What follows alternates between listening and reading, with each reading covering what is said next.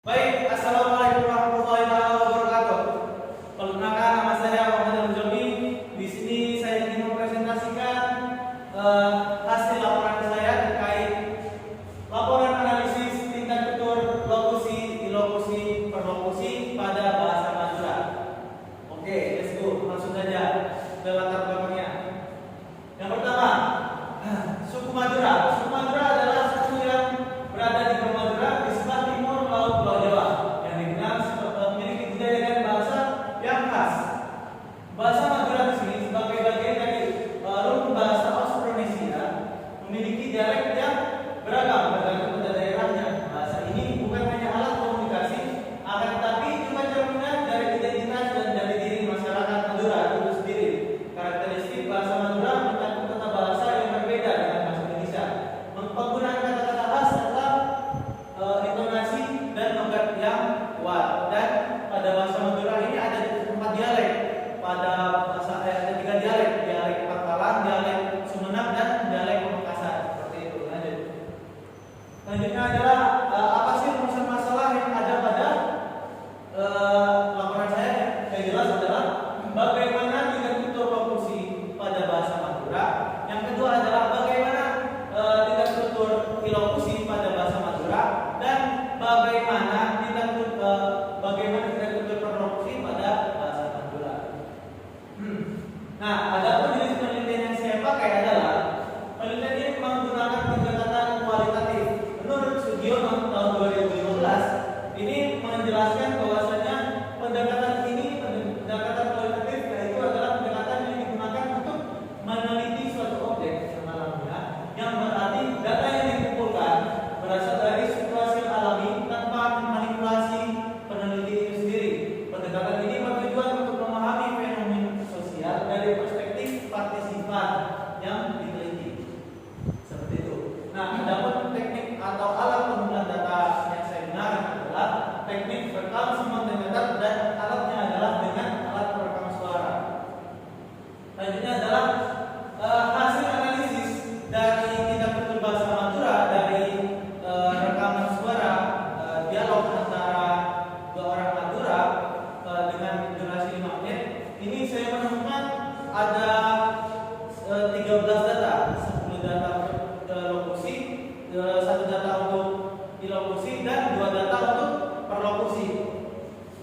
Nah, yang pertama, contoh dari ke-10 tersebut adalah salah satunya engkau patut ini boy. Nah, boy-nya kan adalah hanya ucapan, hanya panggilan.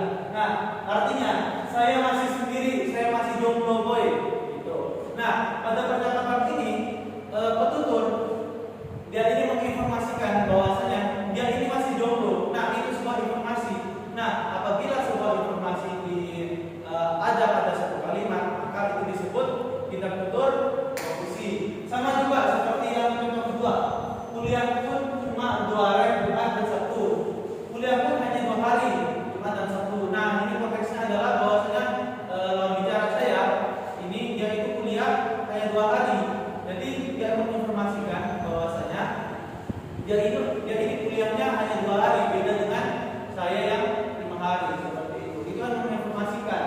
Sama juga engkau tua semester 6 boy. Ini saya sendiri yang mengobrol. Saya sudah tua boy, bukan kayak kamu. Itu saya sudah semester 6. Seperti itu. Nah, yang terakhir adalah birul bangun nanti rako. Birul atau adiknya lawan bicara saya ini tidak seperti abangnya, yaitu masih menganggur. Pakun nanti rako masih tidak bekerja. Nah, itu kan menginformasikan artinya ini tidak betul lokusi. Seperti itu. Selanjutnya, nah, untuk tidak betul ilokusi ini hanya saya temukan satu saja, yaitu pada suatu dialog yang berbunyi tengok Zen mirip birul. Tengok ini mirip seperti bahasa Melayu. Ini artinya lihatlah Zen dia seperti birul. Nah, penutur di sini menggunakan kalimat ini untuk memberikan agar lawan bicara ini melakukan sesuai dengan apa yang saya ucapkan. Nah, ini yang disebut dengan ilokusi. Ilokusi adalah the act of doing something, atau dengan ucapan yang dia gunakan. mempengaruhi orang lain sehingga ia mengikuti apa yang dia ucapkan. Itu adalah ilokusi. Nah, pada kalimat tersebut ini mengandung kata ilokusi seperti itu. Nah, adapun untuk perlokusi saya menemukan dua data. Yang pertama adalah Becky menabung cuma 1.000, kapan angkatnya boy?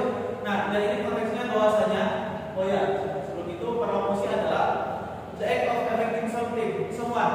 Artinya adalah tindak tutur yang dimana bahasa yang digunakan oleh penutur ini membuat efek atau membuat respon pada lawan tutur, sehingga lawan tutur ini bisa kaget, bisa tiba-tiba sedih, bisa takut dan lain-lain. Nah, di sini Becky menabung cuma 1.000 kapan angkatan. Nah, teksnya ini bahwasanya dia ini kan LDR, lalu kemudian dia ingin ketemu dengan pacarnya. Nah, saya tanya, lalu kamu udah kangen belum? Udah. Nah, sedangkan tapi dia cuma menabung 5.000 atau 1.000 saja. Nah, oke, kalau itu saya bilang gini, nanti kalau kamu nabung cuma 1.000, kapan berangkatnya? Nah, jadi saya mengucapkan kata tersebut itu mengandung nilai humor. Artinya, ya tidak mungkin dia menggunakan 1.000, tapi itu akan